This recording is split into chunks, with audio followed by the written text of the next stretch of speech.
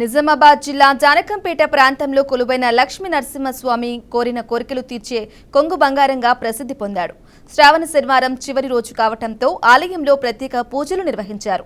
దీంతో ఆలయంలో భక్తుల సందడి నెలకొంది.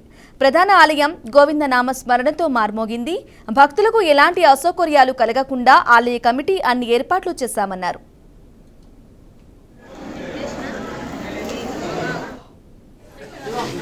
లక్ష్మీ నరసింహస్వామి దేవాలయం ఈరోజు శని త్రయోదశి.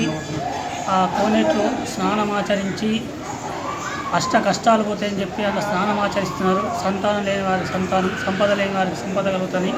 భక్తులు అధిక సంఖ్యలో వచ్చి స్నానమాచరించి లక్ష్మీ నరసింహ శివాలయంలో దర్శించుకొని అక్కడి నుంచి లక్ష్మీ నరసింహస్వామి ఆలయంలో దర్శించుకొని వెళ్ళే మార్గంలో ఆంజనేయ స్వామిని అక్కడ కూడా దర్శించుకుంటున్నారు. ఇది లాస్ట్ శనివారం శ్రావణ మాసం కాబట్టి, అందులో శని త్రయోదశి కలిసింది కాబట్టి అనేక జనాలు పబ్లిక్ కూడా వచ్చిండ్రు. లక్ష్మీ నరసింహస్వామి దేవాలయం